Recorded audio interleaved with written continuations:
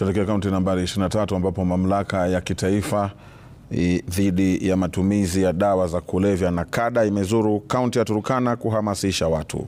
Akizungumza wakati wa uzinduzi mjini Lodwar, mratibu wa NACADA huko Turkana, Scholar Komen, amesema wameamua kuhamasisha jamii hasa miji mikubwa ya kaunti ya Turkana wakilenga kukomesha uraibu wa vileo.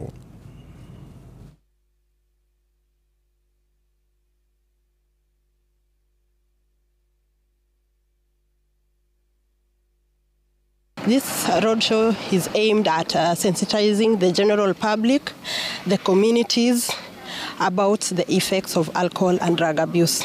We are aware about the adverse effects that alcohol and drugs has caused in the entire county, and Turkana is not an exception to it. So today we have dedicated this week from today to Saturday to ensure that every community in Turkana County is reached. Tunafanya hii kazi pamoja na tunataka kuhakikisha kwamba ile drugs, ile madawa yoyote ambayo inasumbua watu wetu tutai-eradicate. Tutapambana na tutachukua hatua ambayo inastahili. Hiyo ndio ujumbe nataka niwaachie watu wangu.